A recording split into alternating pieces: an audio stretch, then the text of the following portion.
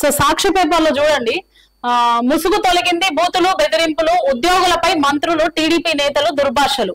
So ఇక్కడ చూసినట్టయితే ఒక మంత్రి స్థాయిలో ఉండి అధికారులను ఏ విధంగా మాట్లాడుతున్నారో చూద్దాము. తమాషాలు చేస్తున్నారా? బూతు ఇష్టం లేకపోతే నేను అసెంబ్లీ స్పీకర్ అవుతాను, మిమ్మల్ని గంటల కొద్దీ నిలబెడతాను. నర్సీపట్నంలో దిక్కుమాలిన మున్సిపల్ కమిషనర్ ఉన్నాడు, వాడి సంగతి తేలుస్తా. తమాషాలు చేస్తున్నారా? కళ్ళు మూసుకుపోయి ఏడుస్తున్నారా నా కొడకల్లారా? పని చేయడానికి ఇష్టం లేకపోతే పొండి. చూడండి, మంత్రి అచ్చెన్నాయుడు ఇక్కడ చూసినట్టయితే అధికారులతో ఏ విధంగా మాట్లాడుతున్నాడు అనేది మనకు కనిపిస్తుంది.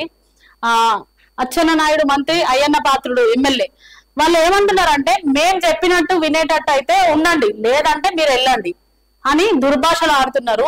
మీ కింద ఉన్న కార్యకర్తలు నాయకులు మిమ్మల్ని చూసి ఏం నేర్చుకోవాలి? ఒక సామాన్య ప్రజలు మిమ్మల్ని చూసి ఏం నేర్చుకోవాలి? మీరు ఈ విధంగా మాట్లాడడం, వ్యక్తిగతంగా మాట్లాడడం, ఇది ఎంతవరకు కరెక్ట్ అనేది ఒకసారి ఆలోచించండి. మిమ్మల్ని చూసి ప్రజలు ఏం నేర్చుకోవాలి? మీరు ఒక హోదాలో ఉన్నారు, మంత్రి హోదాలో ఉండి ఉన్నతాధికారులకు ఇచ్చే గౌరవం అదేనా అని చూడండి. ఇక్కడ చూసినట్టయితే ఇష్టం లేకపోతే పోండి నా కొడకల్లారా అన్నట్టు తిడుతున్నారు.